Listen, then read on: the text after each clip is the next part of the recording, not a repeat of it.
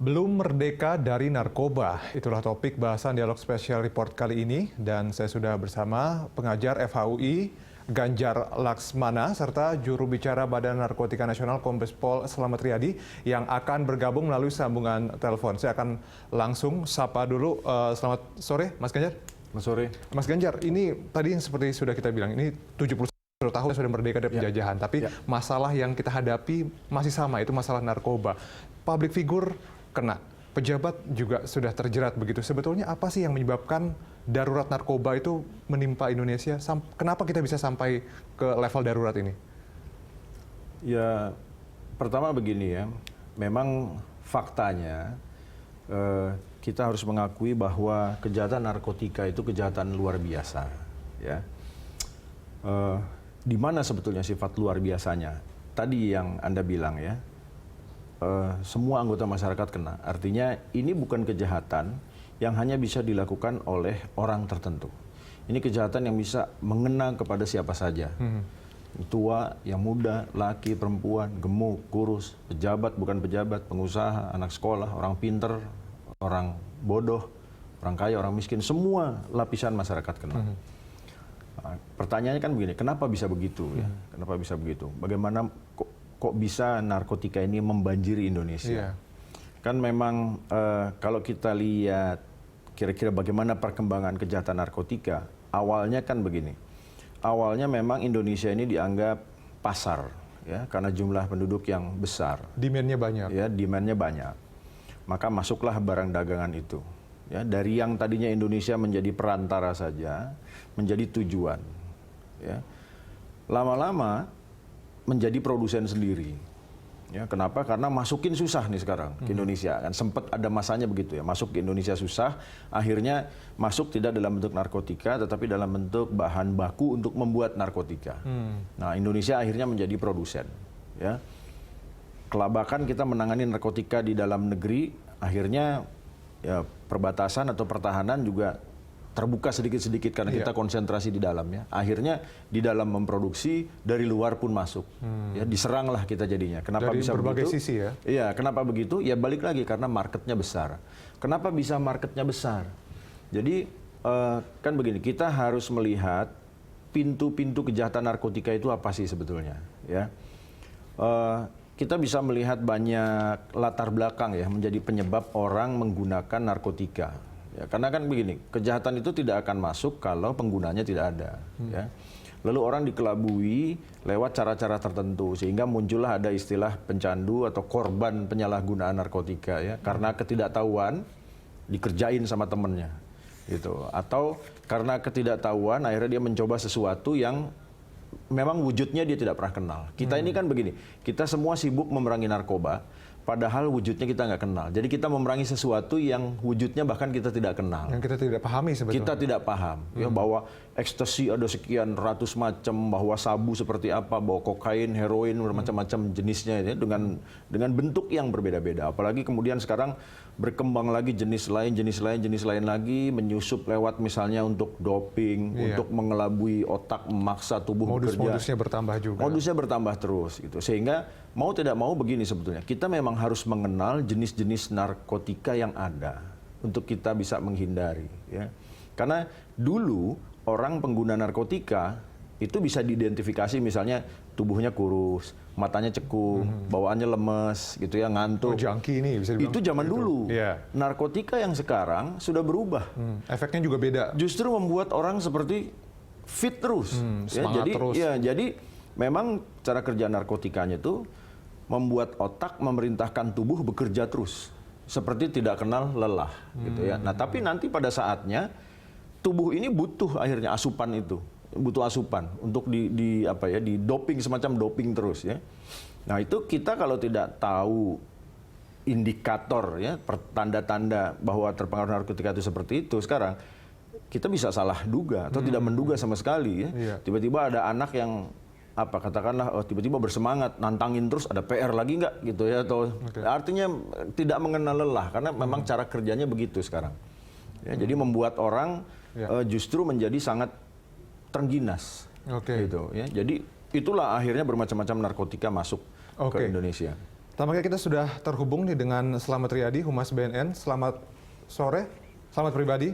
Ya, Pak Slamet, selamat sore. Selamat sore, Pak Slamet.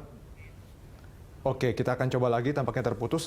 Pak Ganjar, tadi kan Anda sempat menyatakan bahwa sekarang itu diproduksi di Indonesia juga banyak begitu ya, tapi kemudian kan barang bakunya kan dari luar negeri. Saya sempat berbincang sebetulnya dengan pihak dari imigrasi beberapa waktu yang lalu. Mereka menyatakan sebetulnya mereka prihatin karena di pintu-pintu masuk Indonesia, di border-border itu personelnya kurang dan sebagainya. Ini kan jadi masalah juga, Pak.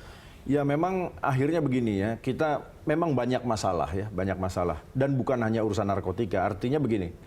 Bagaimana barang bisa masuk, bahkan orang bisa masuk ke wilayah Indonesia ya dengan garis pantai, dengan perbatasan yang sedemikian panjang, yang tidak mungkin setiap jengkal kita awasi. Artinya begini, kalau kita bicara serius untuk menanggulangi masuknya sembarangan orang maupun barang, apalagi narkotika ke dalam wilayah Indonesia, ya kita harus menjaga perbatasan. Ya, bayangkan saja kita salah satu negara dengan garis pantai terpanjang, bagaimana menjaga setiap jengkal. Itu kita harus realistis bahwa sangat sulit. Ya, narkotika ini kan tidak masuk lewat jalur-jalur resmi, lewat pintu-pintu gelap lah. Artinya setiap jengkal perbatasan itu bisa jadi pintu masuk. Ya, walaupun ada juga yang coba lewat pintu masuk, tapi kita harus berpikir ini memang kita ada kesulitan, tenaga harus ditambah, alat juga harus lebih canggih, ya, penjaga-penjaga perbatasan, patroli dan lain-lain ini juga harus ditambah. Dan ini sebetulnya begini, bukan cuma isu narkotika, ya, ini memang isu menjaga perbatasan dari apapun supaya orang tidak sembarangan masuk Indonesia, termasuk orang juga tidak boleh seenaknya keluar Indonesia karena keluar masuk ini harus dilakukan secara legal, secara sah. Oke, kita coba lagi sekarang berkomunikasi dengan Pak Slamet. Pak Slamet, selamat sore. Iya, selamat sore Mas. Ya, Pak Slamet, ini kita sudah 71 tahun merdeka dari penjajah tapi belum merdeka dari narkoba. Komentar Anda, Pak? Iya, artinya dihubungkan dengan narkotika. Halo? Ya, belum merdeka kita dari narkoba begitu, Pak? Oh ya. Indikator, maaf kalau saya kurang jelas penerimaan. Jadi indikator peredaran gelap itu ada 3 yang sering saya sebutkan. Yang pertama adalah indikator pada pelaku, sindikat, bisa bandar, bisa kurir. Kemudian yang kedua indikatornya adalah penegak hukum dan penegakan hukum. Kemudian yang ketiga adalah indikator konsumen narkotika, pengguna narkotika atau penyalahguna narkotika. Jadi ketiga-tiganya itu harus dilaksanakan secara bersamaan, bidang pencegahan maupun pemberantasan. Jadi kalau misalnya para pihak hanya membicarakan soal penegak hukum dan hukum saja, itu kurang pas.